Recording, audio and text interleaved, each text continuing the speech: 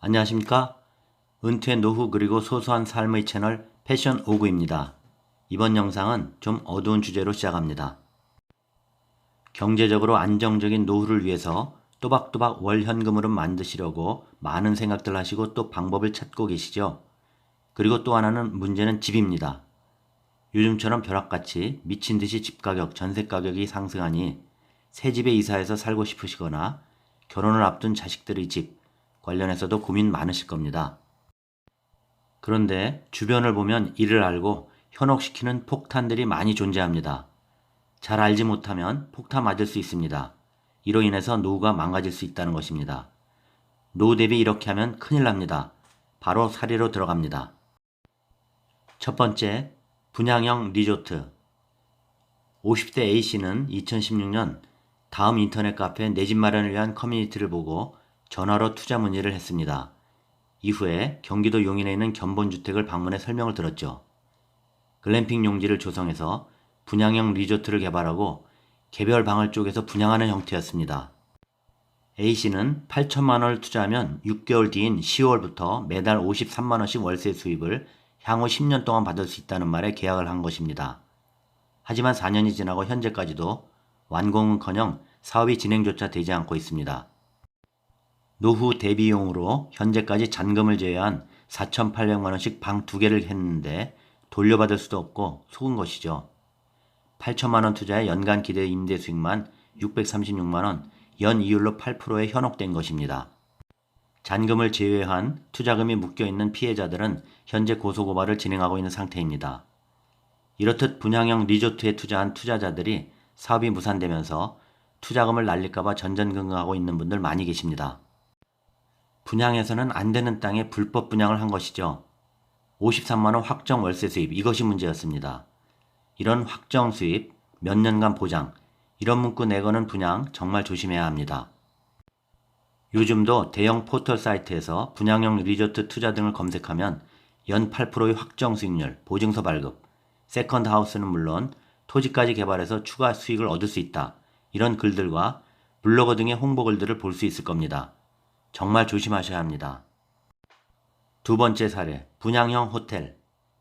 56세 L씨는 노후 대비를 위해서 평생 모은 노후자금을 서울 중심부의 분양형 호텔에 투자했습니다. 6천만 원만 투자하면 매월 70만 원씩 평생 임대 수익을 누릴 수 있다는 분양형 호텔의 광고를 보고 모델하우스를 방문했죠.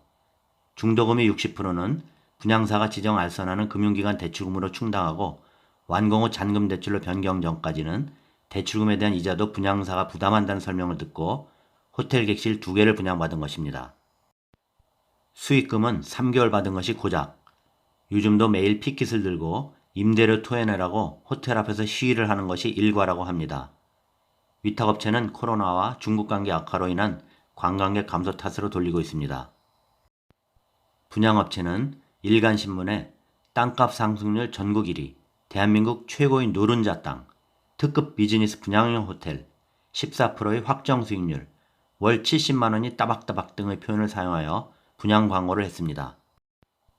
장기간 수익을 보장하는 것처럼 또 여러 이유로 변동될 수 있는 수익률을 마치 확정된 것처럼 또 호텔이 위치한 지역의 집가 상승률 등을 과장 광고했죠.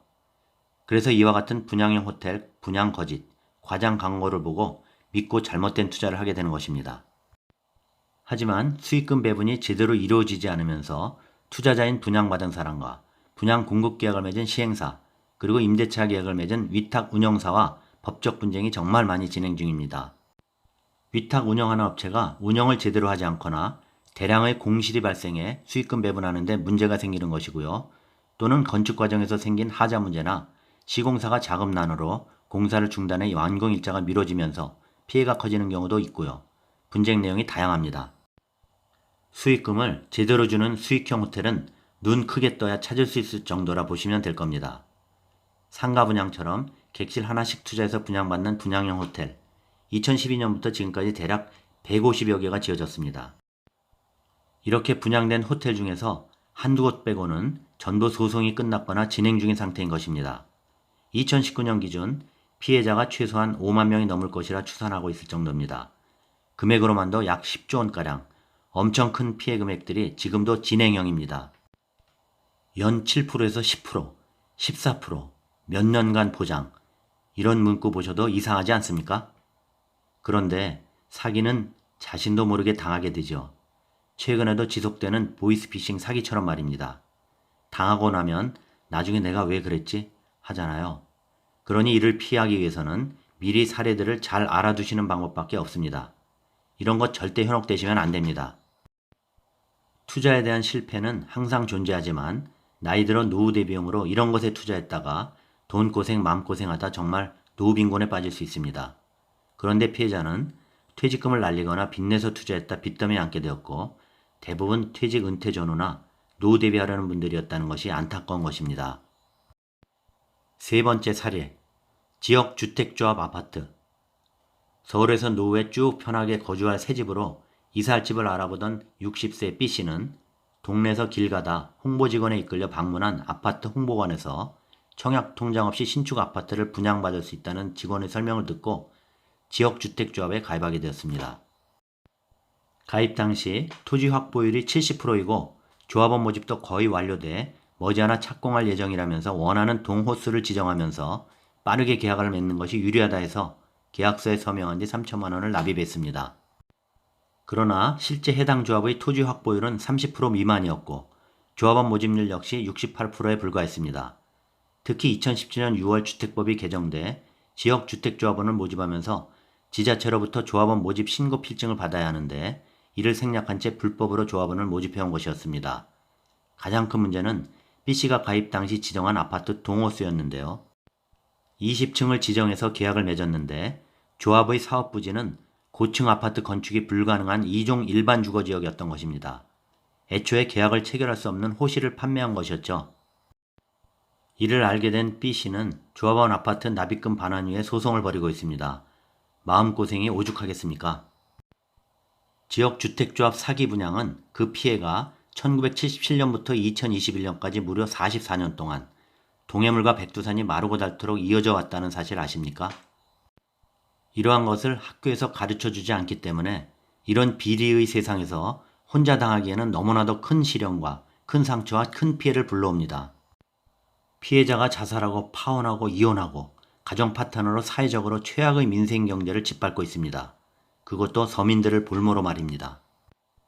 주택가격이 폭등하니 서민들은 고민 끝에 최악의 선택을 하는 것입니다. 물론 이 사업이 예상했던 대로 흘러간다면 긍정적인 방향으로 작용해 많은 분들이 주택을 마련할 수 있겠지만 실상은 좋은 결과로 이어지는 경우가 많지 않습니다. 이 때문에 제도적으로 여러 방안이 마련되어 있음에도 잡음이 끊이지 않는 것이 현재의 상황입니다. 길 가다 보면 지금도 눈에 많이 들어옵니다. 인터넷에도 광고가 많고요. 3년 내 입주 및 분양권 전매 가능, 저렴한 가격에 신축 아파트를 구매할 수 있습니다. 등의 광고 현수막들 말입니다.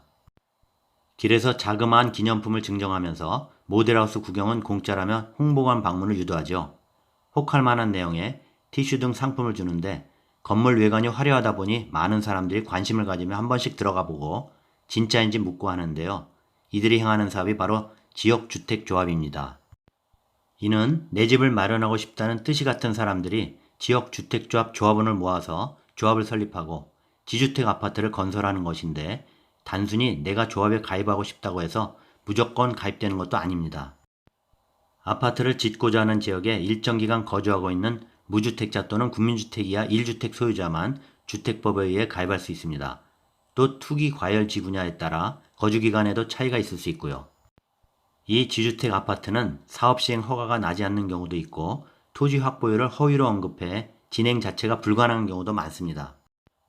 실제 주택조합 사업이 성공하기 위해서는 많은 리스크가 있다는 것을 알고 있어야 합니다. 가입 이후 지역주택조합 탈퇴가 쉽지 않기 때문에 계약서에 서명하기 전에 조합이 설명하는 내용을 그대로 믿지 말고 관할 지자체의 사업 정보를 꼭 확인하셔야 합니다. 분쟁 시 사실상 현실적으로 납입금을 돌려받기는 참 어렵습니다. 조심하셔야 합니다. 노후 대비 이렇게 하면 큰일 납니다. 실제 사례 3가지를 설명드렸습니다. 한순간에 노후 대비가 아닌 노후 왼수가 됩니다. 여기까지입니다. 도움되셨나요? 구독, 좋아요 부탁드립니다. 다음 영상까지 안녕히 계십시오.